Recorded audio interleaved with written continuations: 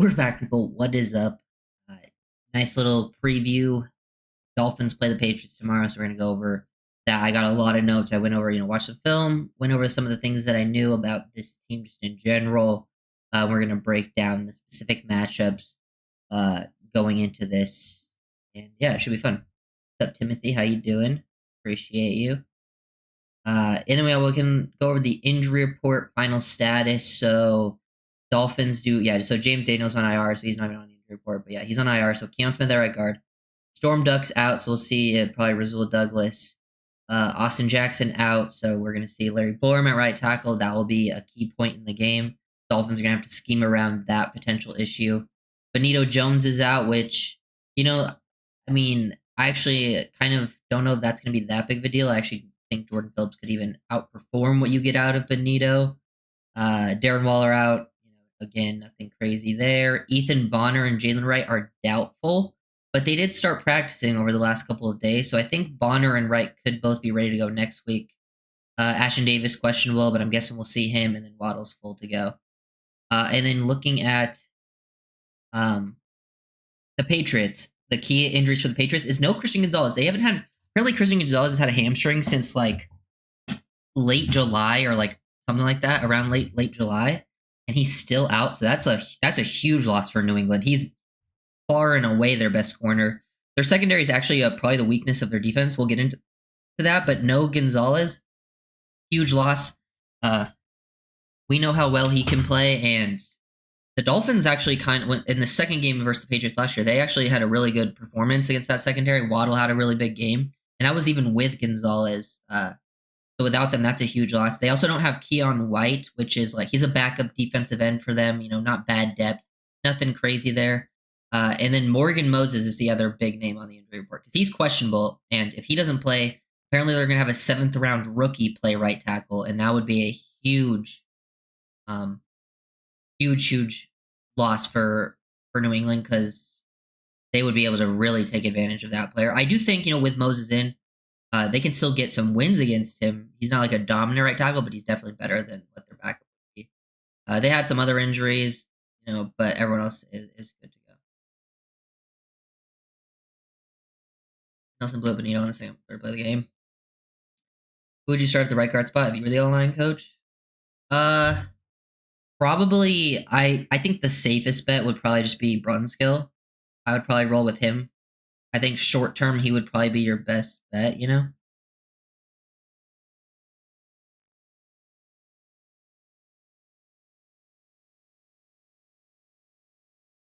Hey, if you want to skip the season, just don't watch. It's that simple. Um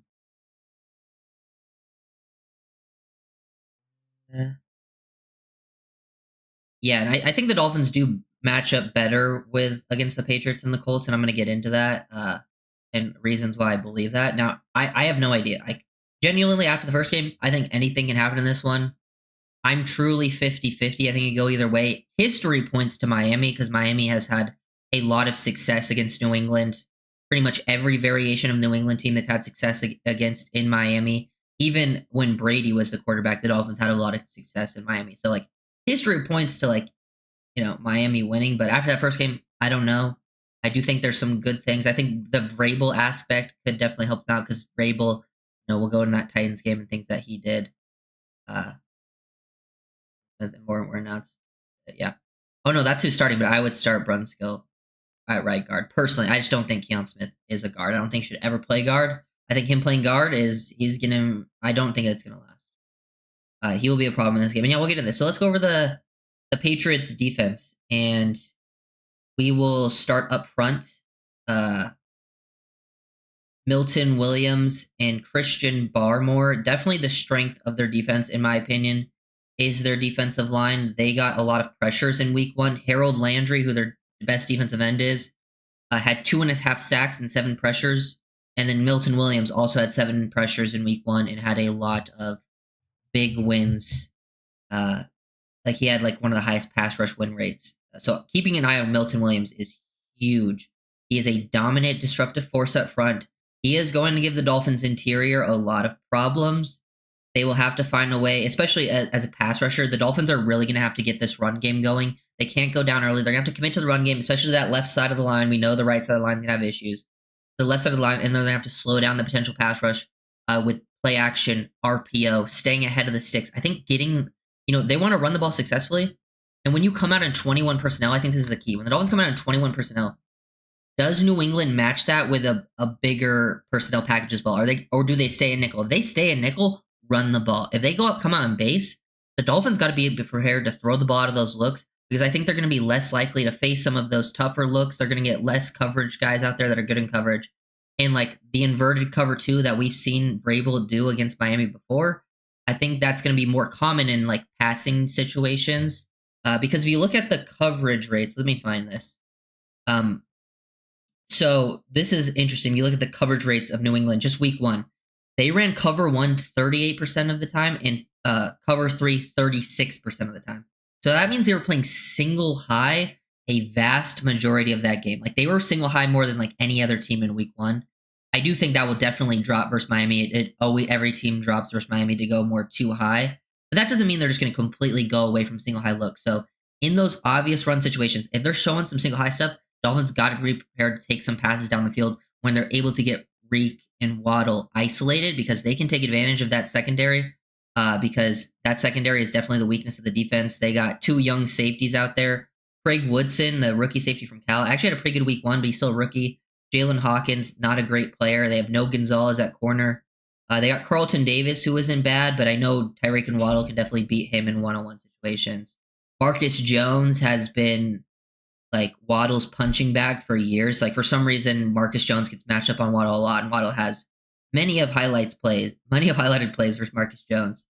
And the rest of their secondary, like the guys that's replacing Gonzalez, definitely very beatable. So I think attacking that, like getting in those situations where you can't attack a secondary on early down spots where they're not getting a ton of help, or maybe the Patriots are playing for more of the stopping the run, you got to be able to take advantage of those spots. That will be a big thing. I believe, Tua is also undefeated versus New England. Hopefully that doesn't change.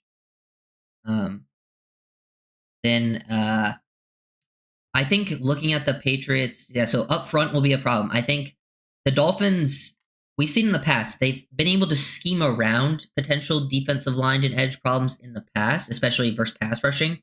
Now, it didn't really happen in week 1 because, they went down very early. I think then when the Dolphins are playing from behind, that's when like defensive lines can really take over the game. So they do have to find a way to stay ahead of things, get the ball out quickly, early, establish a run game, and then start getting those shots that I was just talking about. But Harold Landry will be a problem because Harold Landry will be matched up on Larry Borum. Harold Landry had 2.5 sacks week 1. And then last time we faced the Titans, which was where Landry used to play with Vrabel, Landry took over that game. That big collapse on Monday night, if you guys remember that. Landry took over that and actually was like a big problem for Miami. So those are the players: Milton Williams, Christian Barmore, Harold Landry up front, potential active. Barmore gets a lot of double teams, and then Milton Williams took advantage of those double teams and was very dynamic week 1. And then their other edge, K'Lavon Chaisson, he's not bad, but he's not. I mean, I think he'll get matched up on Paul. Not a matchup I'm super worried about. He's fine as a player. I think the Patriots linebackers could be a potential problem because Robert Spillane was an addition they had in this offseason. And Robert Spillane used to play for the Raiders, and he's actually one of the linebackers that's had a lot of success against Tua. He's picked off Tua in the past. He's had another plays where he's gotten the hands on the ball. He's a very active linebacker with his eyes. So Tua's going to have to be on his A game with eye manipulation. Tua's very good with manipulating with his eyes, but it's not like he's doing it every snap. So like Spillane will be trying to jump lanes. So, and their other linebacker, Christian Ellis, is a very athletic cover guy.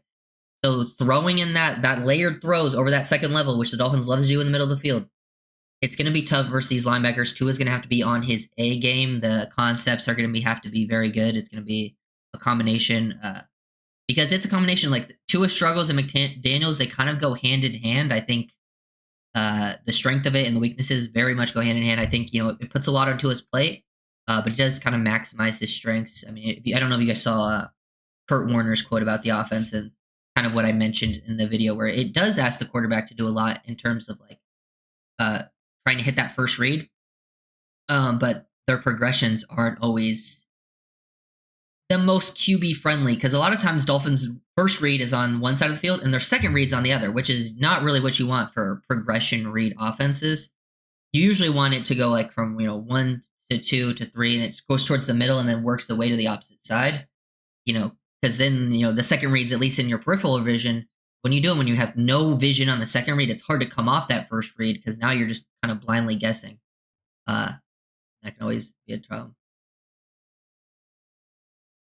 Um, yeah, this is a big game. This is kind of like is the tone setter for the rest of the season. Because if you lose this one, you probably lose. Then you're going to lose to Buffalo on Thursday. Then you start 0-3, and then you're pretty much out of it.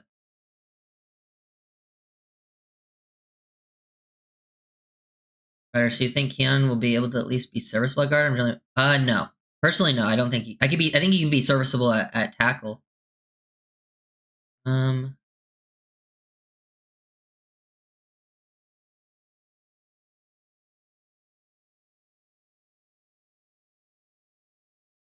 do what arm strength limits his read?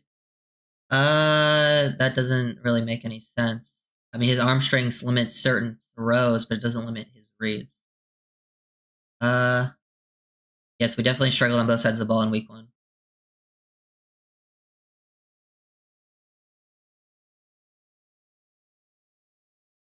Can McDaniel do to improve on getting the plays called in on time?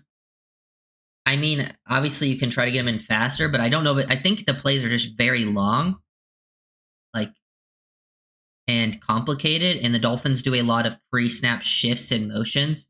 That's another problem I have with the offense is people always talk about Tua not having like control at the line of scrimmage, which is very common in the Shanahan system. Like Purdy and Shanahan's for the Niners doesn't do play calls at the line. It's just a common thing.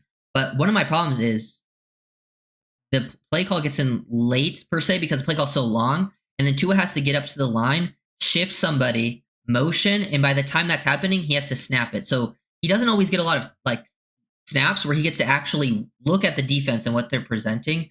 He has to like quickly read it as the ball is snapped, and I think a lot of other quarterbacks will get more ample time to actually take a look at what's going on, make adjustments. That's not something that the Dolphins really allow, and that's just the system. Whether Tua can do it or not, I don't know. We just don't know if he can do it because he hasn't been given that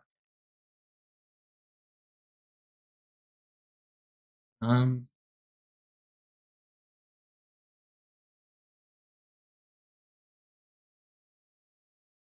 Are both sides looking at blind side deficiencies this week then? Blind side as in like the no. I mean, are you talking about like the QB's blind side, like the left tackle for the Patriots and the right tackle for Miami? Well, I guess the blind. I mean, I think the whole blind side protector thing's kind of overrated. Like the right tackle and left tackle's jobs have become a lot more equal nowadays. Uh, I don't think it really matters if they're on your blind side or not. But also, I don't know if that's New England's weakness. They have a rookie over there, but he is a good player. You can definitely take advantage of. We'll get the offense in a second, but yeah, I think the linebackers could give potential problems for the Dolphins offense. Going to have to be very good with your eyes for Tua. Second level layer throws because they will definitely be trying to jump plays, and then up front definitely could give the Dolphins O line some problems there. And then yeah, secondary is their weak point. We went over their secondary; they can easily attack that. And then schematically, what they're doing is the Patriots actually their defensive coordinator is not present right now. I think that he has some type of health issues. So they're having someone else call the plays, and then Vrabel is obviously going to be involved. We talked about they ran a lot of man week 1, a lot of single high. I expect that to be different, but completely switching up, and it's a new defense for the players that could cause more problems for the Patriots than maybe they had for Tennessee. Because when Vrabel had that game plan against the Dolphins, those players had been in that system for a long time, and I think they could switch up their game plan like that easier. Switching up their game plan, just going from week 1 to week 2, could have the Patriots being maybe not running the Tampa 2 invert as efficiently. Waddle really ate those DBs up last year. I think the safety room being Young could have problems with some of the stuff over the middle of the field. We'll see if they can run that as efficiently. But they do have the blueprint against Miami to kind of slow them down. It's just can they efficiently run that blueprint? That's kind of the question mark. Tua took 2 steps on the blind side last week versus Colts at 5. Yeah, I'm aware. That's in, but only one of them was like a true blind side. The other one Tua saw. That's like one of the only sacks I think I can even recall where Tua actually got hit from never seeing it. Usually Tua actually sees it. But that is a very, very rare occasion for the Dolphins to have.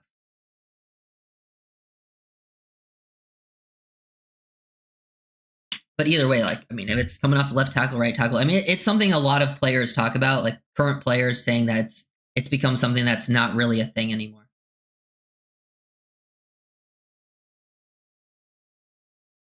Dude, we got people still talking about Wonderlicks. This is crazy. Yeah.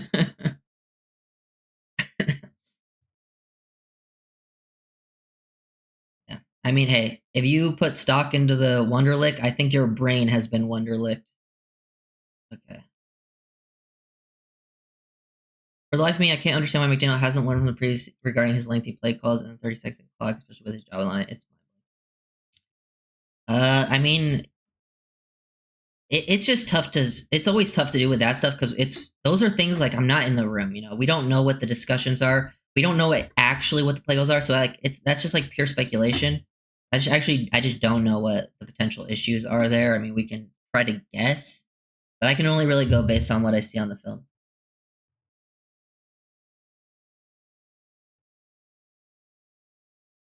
How much of the personnel choices for the O-line fall on Butch Barry head scratch for why we try forcing Scarpace, Cam Smith when they aren't a good fit?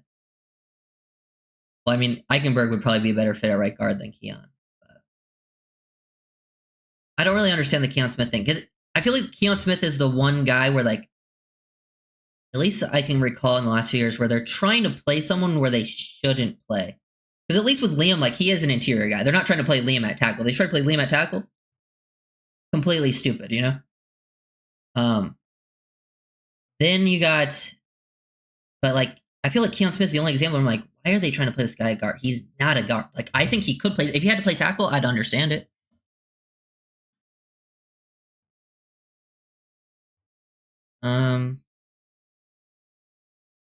Right, does IQ matter with QB?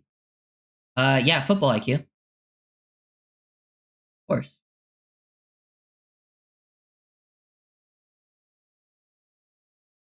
Because I think once something people fail to realize is there's different types of IQ. There's different types of being smart. Like there's people who are school smart, book smart. There's people who are combinations.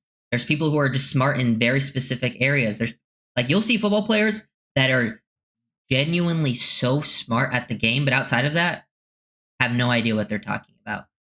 So the Wonderlick just has no like telling on like people's football intelligence. There's plenty of QBs out there that have really low Wonderlicks that worked out, and then there's plenty of QBs that, you know, with the vice versa, the opposite. The Wonderlick has, you know, pretty much pointless. But hey, y'all can, you know, use whatever you want. I mean, it just makes you look stupid. Now, if you want to use other reasons to, you know, for your case, I think that, you know, makes a lot of sense, but not the Wonderlick.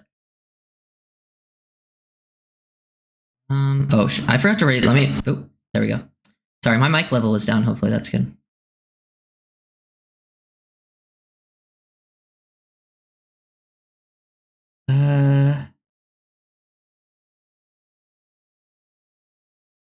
Ryder, did you see the clip of Brady talking about how teams are failing to develop QBs? What are your thoughts?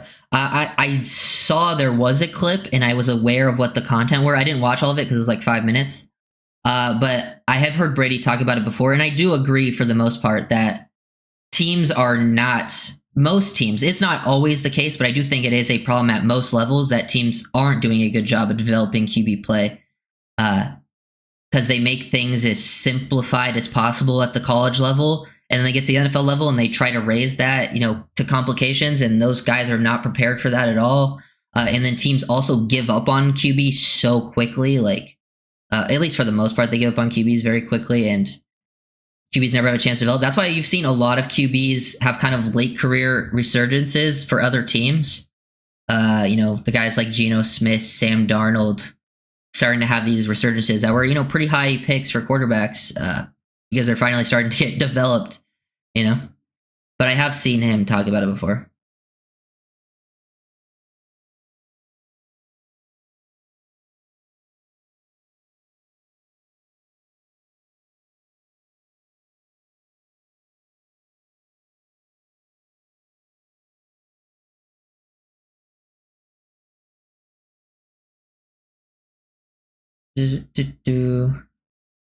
Reading keys in football has to happen and more responsibility at QB. QB can't even grasp the playbook. I don't know, amigo. Why don't wide receiver, tight end, D tackle have one to lick test? I'm not sure what you're saying. Are you saying Tua doesn't grasp the playbook? Because I don't think that's Tua's problem. Is grasping the playbook. I feel like he's one of the only players that grasps the playbook. So you're saying there's a chance Zach 2.0? Well, no, there's only so many.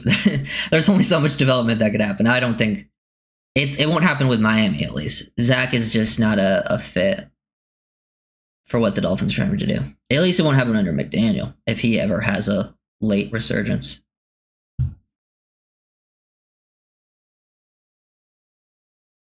Probably somewhere in the middle, W. Like, it definitely maximizes his strengths, but I also think it does his strengths. It's weird because Tua's strengths are like usually high level difficulty stuff for most quarterbacks.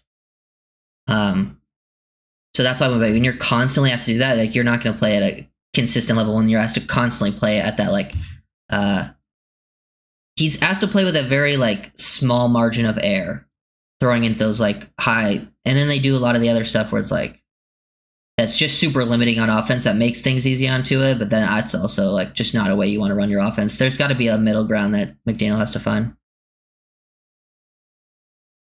Anyways, from a new GM who will write or endorse.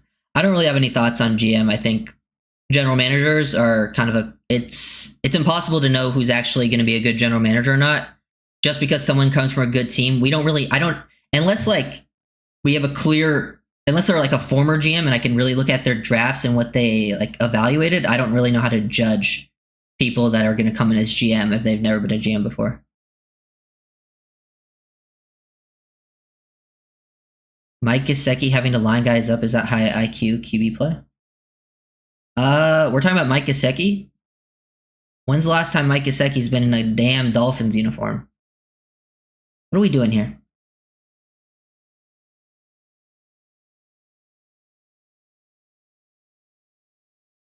Thoughts on our ability to play press/man effectively?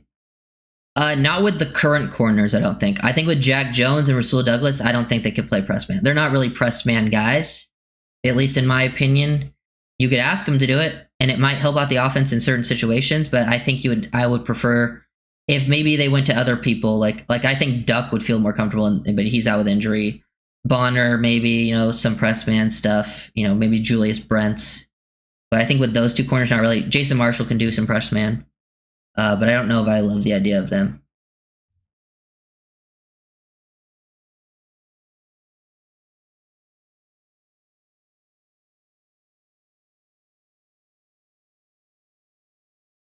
You already go through the injury list? Yeah, that was the first thing I talked about, Grant. I went over the defense. Now let's go to the Patriots offense. I think the Patriots defense basically kind of comes down to how well they can execute that blueprint that the Titans sort of came up with Vrabel back then. I think it will be harder for them to execute just based on personnel, and it's sort of new for them. And their secondary is very weak. The linebackers, though, could potentially give Tua a problem in the passing game. And then the defensive line is definitely going to give Miami problems. That will come down to how well they kind of scheme things up. That will kind of be on McDaniel.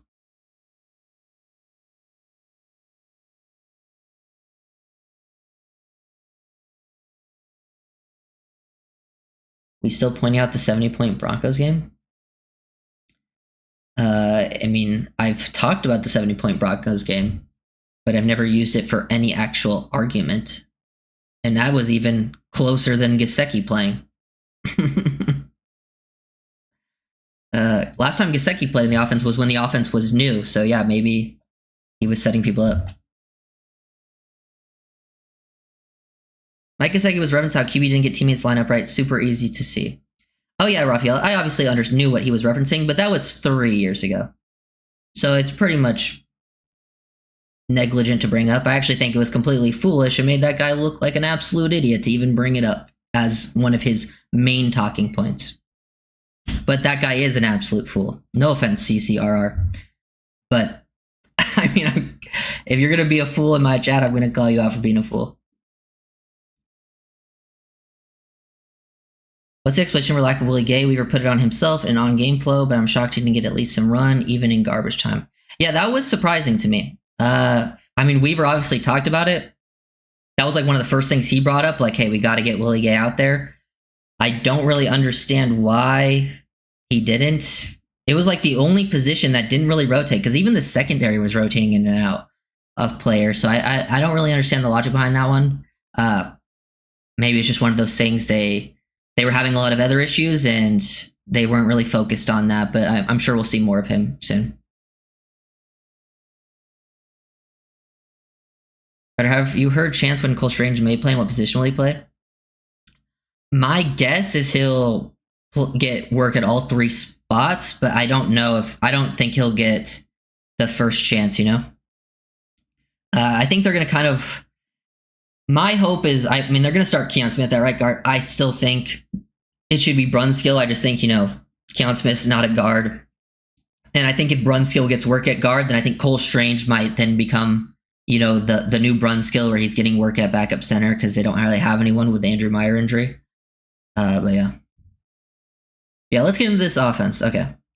So the offense, obviously they got Drake May at quarterback. They dropped back a lot in week 1. I think they had like 53 drop back attempts for Drake May. I don't think that's what they want to do offensively. I think that's just kind of what was forced upon them in week 1. Drake May is definitely talented, but you can tell he's still a bit raw. He will make mistakes. He's more of like the quarterback that makes the really big flashy play, but he'll also make the mistakes. Really, you just don't want to allow him to play efficiently. I think if you allow him to play efficiently, that will give the Dolphins problem. I'm fine giving up the big play here or there, but getting them off the field is very, very important. Forcing him to make mistakes. He had to make a lot of tight window throws in week 1. They weren't getting open a ton. I know they got Stephon Diggs at receiver, but it doesn't seem like May and Diggs had a ton of chemistry. It seems like Kayshon Boutte had the most chemistry with May. He had like over 100 yards. He even had over 100 yards in their last game last season. So it seems like, he's kind of coming on. He's not super talented though. Like he doesn't a lot of his completions were like, I'm like, oh, he's to Kayshon, where like he doesn't look that good, but he's throwing with a lot of anticipation to Kayshon Boutte because they have that chem. Douglas and Diggs, they can do some stuff too, but I don't think they have like a special receiving group by any means. May didn't scramble as much in week 1. Last year, like he had like the most, when he started playing, he had like the most scramble yards in the league. Like he was scrambling a ton. He did not scramble as much, at least in week 1. That could return. That is something to keep an eye on. He will make some mistakes, so you got to just take advantage of those mistakes. I don't think he'll play as efficiently as what we got in week 1, and I don't know if they'll be able to scheme stuff up. I have some plans about that. I think last week the Dolphins came out and like when the Colts played 12 personnel, the Dolphins came out in like base or 3 safety sets. When the Colts came out in like 11 personnel, they would come out in nickel, and I think the Colts just, when the Dolphins went big, they threw the ball. And then when the Dolphins went small, they ran the ball. I think the Dolphins got to be able to play some nickel versus some 12 personnel packaging and stop the run in those spots. And I think that might be the key is, hey, maybe let them run against you when they're in 12 personnel and get nickel. Maybe they pick up an extra couple yards. But I'd rather have that happen than what I saw in week 1. Giving up some big plays in those spots. I'd rather just force them to run the ball. And I don't think the Patriots running game is anything special. They have some question marks at O-line. I think the running back room definitely struggled, but it seems like Trayvon Henderson, they're going to try to get him going. All the reports are pointing at him getting them going. He was definitely their best back in week 1. He's also a guy that does good work in the receiving game.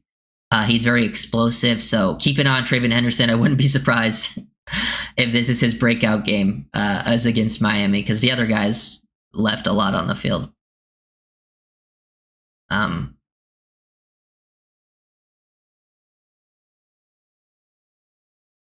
Does Weaver saying he would have liked to play with Gay? McDaniel said he would have liked to run the ball more. Sound like, not gonna lie, it doesn't to me. Sound like accountability to you? I mean, honestly, I don't really listen to the interviews because I think people put way too much stock into that stuff. I just read some quotes and be like, oh, you wanted to play with a game more? That's cool. I feel like people put too much stock into that because we don't. That's like 1%. It all really, the other 99% is what they're saying to the team. So I don't really care what he's saying, to be honest. I don't care what Tua's saying. I don't care what McDaniel's saying. I just want to see the action on the field. No offense taken. I consider the source. Hey, you're watching me, buddy. Ravens allowed 40-something points for Jason and John. Good morning. I'm worried about Stephon Diggs versus our sus secondary. Yeah, if Stephon Diggs could cause problems. You think MWI has a role to play in this offense? Seems like he has dropped to the bottom of the ladder. Could this give him a chance to make a case for himself? I mean, yeah, I don't put too much stock with the playing time in week 1 because things just fell, especially offensively. Like, they didn't play. They were barely on the field.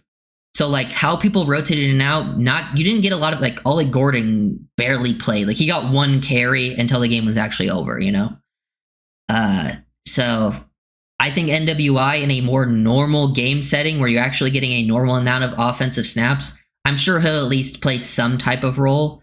I feel like the Dolphins should have him out there. I want to see more 11 personnel. Run out of 11 personnel with NWI in the field. Guess what? He can block better than most of your tight ends.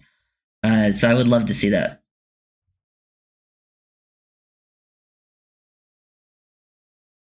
Listening to you talk about how we beat May sounds a lot like what we said we need to do to beat Jones last week. I mean, yeah, to an extent, I guess. But I think they're just very different players. I mean, obviously you're going for a similar game plan to stop them.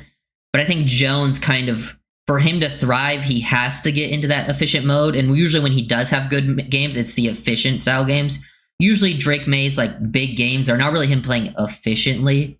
So I think they can take advantage of that more, at least, you know, with what they did last season. And I think the difference is what we'll talk about now is the Patriots O-line room definitely has more question marks. The Colts O-line room, give them credit. Dolphins got out schemed. They also got out played up front. The Dolphins could not get any pressure. They got 2 rookies on the left side, and you know those guys have talent. But I still think you can take advantage of them. They are rookies. They got, you know, Campbell at left tackle. I think Jared Wilson at left guard. Bradbury up front at center is very athletic, but he's also like got some of the worst play strength in the league. So, you know, getting some power on him, I think, could be some good stuff. You could definitely bully him at the point of attack. Moses, we don't even know if he's playing yet. He's questionable. He's a decent player, but he was the right tackle for the Jets last year. I've seen Chop Robinson beat him before. So, I mean, it's not impossible for him to beat him again. If he's not out there, then, I mean, I expect Chop and Phillips to thrive versus those backup right tackles. And their right guards, you know. Onwenu is nothing's, like, super special either. I mean, I don't think they have any, like, crazy special talent up front. I think the Dolphins, at least from watching the film, I think the Dolphins should have a much better chance of creating pressure, which is the biggest difference for the defense that can happen. And hopefully it happens. I'm not saying it will. I just think it has a much better chance of happening this week. I have no idea what's going to happen with this team after week 1.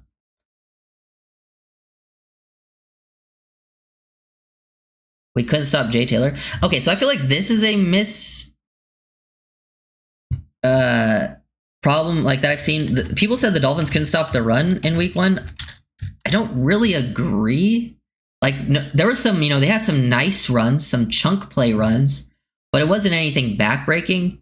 Jonathan Taylor had 18 carries for 71 yards at 3.9 average, and I think the film backs that up. He had a couple good runs. The Colts backup had 12 rushes for 41 yards. Their running back had 7 rushes, or the quarterback had 7 rushes for 26 yards. So all their runners averaged under 4 yards per carry. So I don't think the run game was really an issue at all. Like, I'm not worried about Stevenson at all. I think the only way the Patriots will have run game success is if the Dolphins stay light in those 12 personnel. But to me, that's fine. I would rather have that happen than what happened last week. I would take that risk, going a little bit lighter, giving up, you know, maybe an extra yard per carry to potentially limit some passes down the field. But I don't know. I don't know why people think the Dolphins just got ran all over in week 1. they didn't.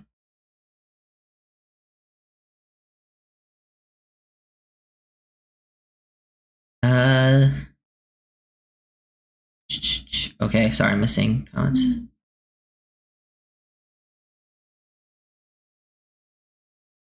Or like Trader, and I feel like the staff does. They've been bringing him along, so I think they really view him as. Yeah, I mean, I was surprised. I'm a big Trader fan. But I was surprised how much he played in Week 1. That's an exciting move for me, and I think after that blown coverage by Melifonwu that gave that touchdown last week, they started rotating in guys in and out. I wouldn't be surprised if Trader and now Ashton Davis are going to get a lot of work, especially over Melifonwu, because especially if they're going to play as much cover 2 as they did, Melifonwu in this defense should not be playing deep safety. That's just not where he should be playing, and that, should be happening. 2 only touchdown came in garbage time.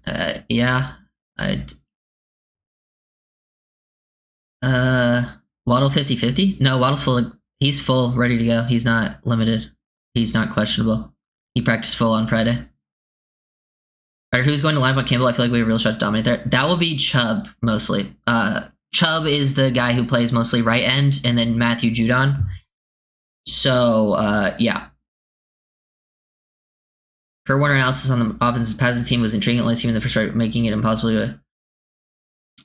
yeah, that is something that the Dolphins do a lot. It's just something that is very common in the Shanahan scheme. I even talked about, not liking... If you go back and watch my breakdown on the offense, how I don't like some of the designs because there isn't an easy number 2 option a lot of the times. Usually the number 2 is...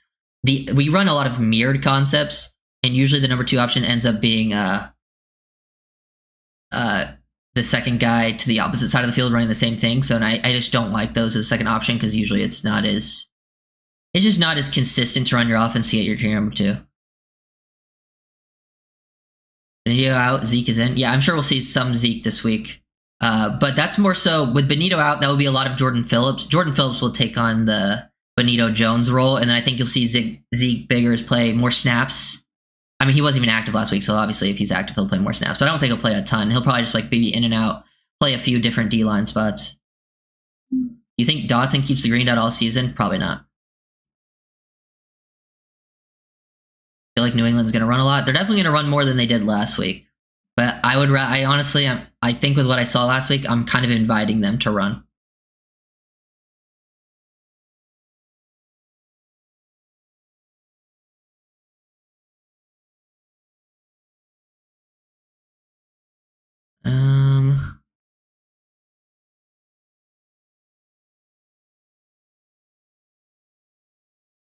Forty carries, 156 yards, 2 touchdowns, 3.9 average for team Colts versus Dolphins. I mean, yeah, the 2 rushing touchdowns were 1-yard QB sneaks. They were moving down the field from throwing the ball. They did not have 3.9 average is not good. Those stats are not anything impressive other than the 2 touchdowns. But those 2 touchdowns were really gained from the Colts throwing the ball down the field, and then they got down to the 1-yard line and ran a QB sneak. So,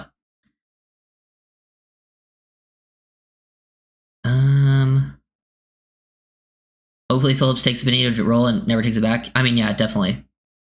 There's definitely a shot of that happening. But yeah, and then the Patriots also have some decent tight ends. Dolphins obviously struggled with tight ends last week. Wouldn't be surprised to see tight ends get more work this week. It just makes it for easier throws for the quarterback, and Hunter Henry's a solid player. He's not quite the same guy as Tyler Warren. Warren, did a lot of good yak stuff because he's a very good yak tight end. Henry's a little more, I mean, he can do some yak, but he's not quite that level.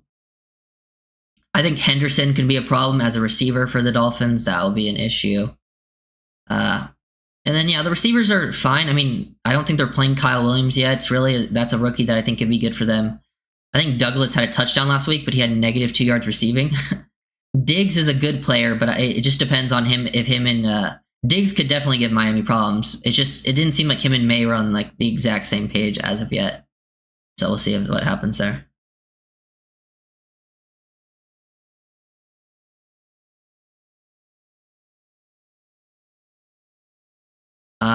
And then we got, overall pressure going up, I think could be the potential difference maker on defense. I mean, you're seeing a lot of these teams the Packers dominated the Commanders because of how good their pressure is, and it made life easier on their secondary. And the Packers secondary, talent-wise, isn't very good. Like, the Packers don't have much talent, at least at corner. Like, a lot of their corners are not very good players, but they know how quick the pressure is going to happen, and those corners are playing and ready to jump things. The Dolphins defense desperately needs to get pressure. That was the most disappointing part of week 1, in my opinion. And then, yeah, on offense, staying ahead of the game, running the ball consistently, at least early on. But then in those obvious run situations, when the Patriots might be out there, in a base look, they had a lot of people in the box last week. If you look at their defense, they were really selling out to stop the run. I don't know if that will be the case versus Miami, just based on how teams typically play Miami. That's not what they do. So if they don't do that, run that ball.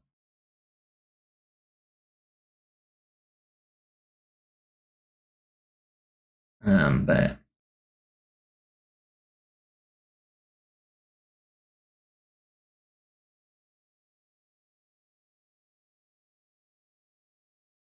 pronounce Colbert or Colbert?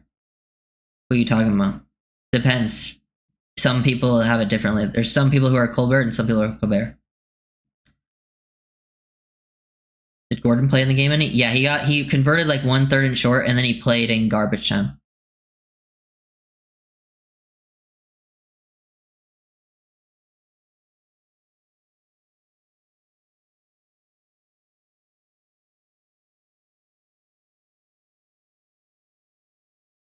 And then what else we got? Got to do a better job of personnel matchups for Miami. Not let them take advantage of specific players. Yeah, because last week the Colts attacked a lot of specific players on defense. Like when Benito Jones was in the game, they threw the ball a lot. And then they ran at Tyrell Dodson a lot. They also definitely attacked the corners. They isolated some outside guys on specific occasions. Like on 1st and 10, they'd go max protect, and they took a couple big shots. One versus Douglas down the sideline to Alec Pierce. One versus, I think the other one was Storm Duck to Adonai Mitchell. Can't let them isolate players like that. Then all the other things I kind of mentioned.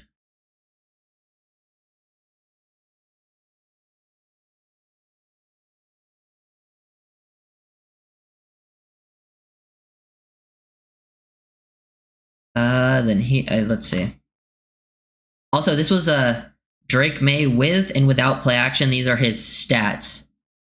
So with play action, he had 100% adjusted completion percentage. Without, he had 71%. His completion percentage over expected was 21.9% and only 0.7 without. Pretty much all of his stats, like his accuracy went up to 81.8% on play action and 54.3% without. Pressure rate was also down a lot for them. So, and he never got sacked with play action. So it seems like Drake May kind of thrives on some play action stuff. I'm to keep it note of. Yeah, the next man up, if Morgan Moses doesn't play, is Marcus Bryant. He's a 7th round rookie. Got to attack that if he's in the game.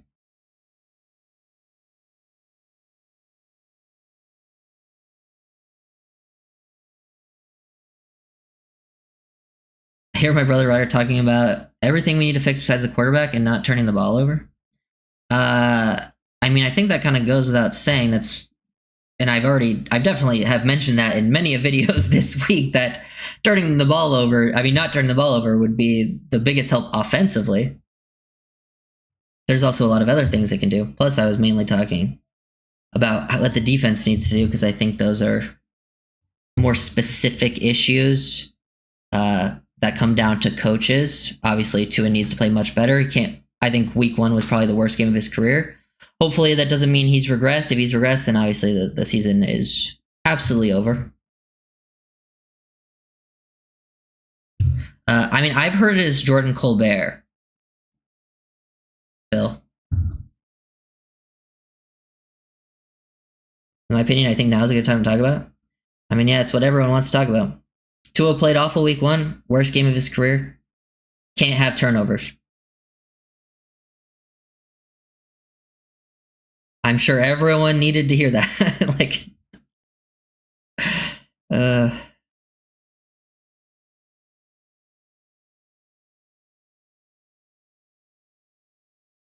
we're going on pace from week one. Yeah. Demario Douglas, since he had -2 receiving yards in week one, he's on pace for -34 receiving yards, but also 17 touchdowns. That's crazy.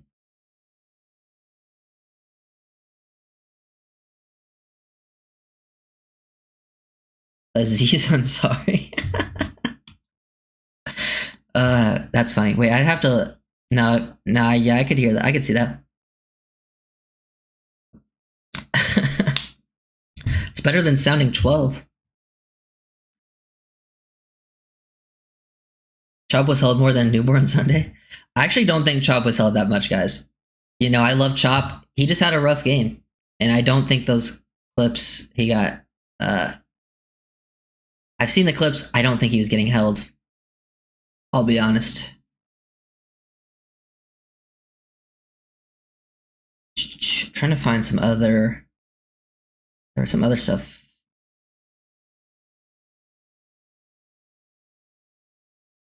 Here, yeah. Taylor Kyles, I think a Patriots guy, posted these clips. He posted these to show off. These are their left guard, left tackle working together. So those are the rookies on that left side. You know, forcing Drake May to move off a spot. But I think it's more of like a positive thing. Trying to work a screen there just to show some sort of clips. But it seems like in a lot of this stuff, they are kind of giving some help there, passing some stuff off decently. Don't think it's as talented as the Colts group. Hopefully the Dolphins don't need to blitz as much because they blitzed way too much in week one. But yeah, those are just some random clips. Saw 2 blatant holds that he cut out of the sack. To be honest, I don't think people know what qualifies as a hold. I think they see anyone gripping a jersey and they think it's a hold. You're allowed to grip jerseys. There's like the exact rule book, and like it's got to be when they're not moving the feet and they get outside of your frame. Everything I saw clip wise, I don't think Chop got held once, and I mean he might have got held once barely, but like I don't think any of the clips I saw it was like even close to being a hold. And I love Chop, so like I would have all the bias to go towards that, but I just didn't see it at all.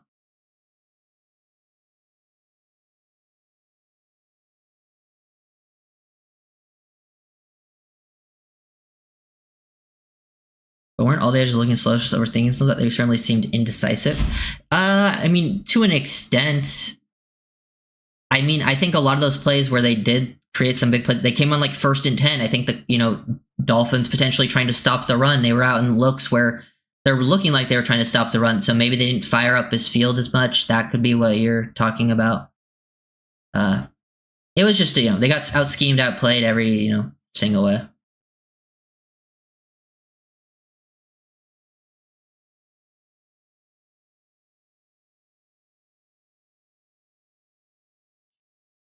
I mean,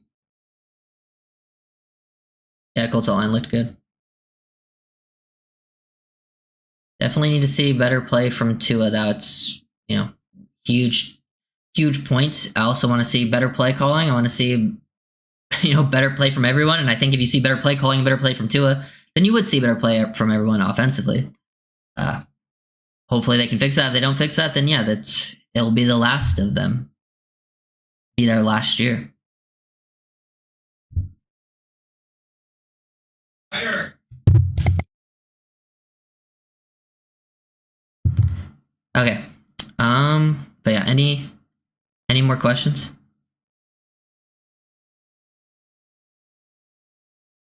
You think we should go big D line to start then rotate? No, honestly, I'm trying to keep the athletic guys out there that can get pressure. I'm willing to give up a little extra run game. Just based on what I saw in week one, I think it might be worth the risk. Because the secondary will get exposed if you got big guys out there that can't rush the passer as consistently.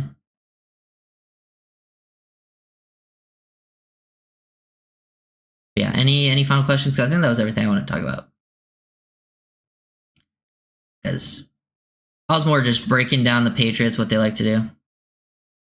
Which hat is my favorite back there? Probably this one.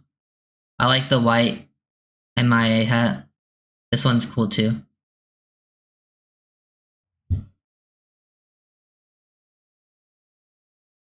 Tua's best throw came from under center and 12%, I believe. 5-step drop and deep down the middle. Are you talking about the Tyreek one? Yeah, I talked about that play in my breakdown. Like, I think the Dolphins need to do more of that on. It was 1st and 10 as well. In bigger personnel, play action, 1st and 10. I think doing that early on also would help the run game be more consistent later on in the games.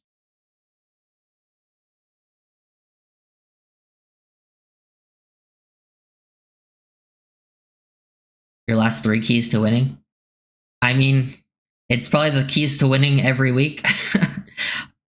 Create turnovers, don't have turnovers, and actually create some damn pressure on the quarterback. But yeah, thank you guys for watching. I will see you guys next time.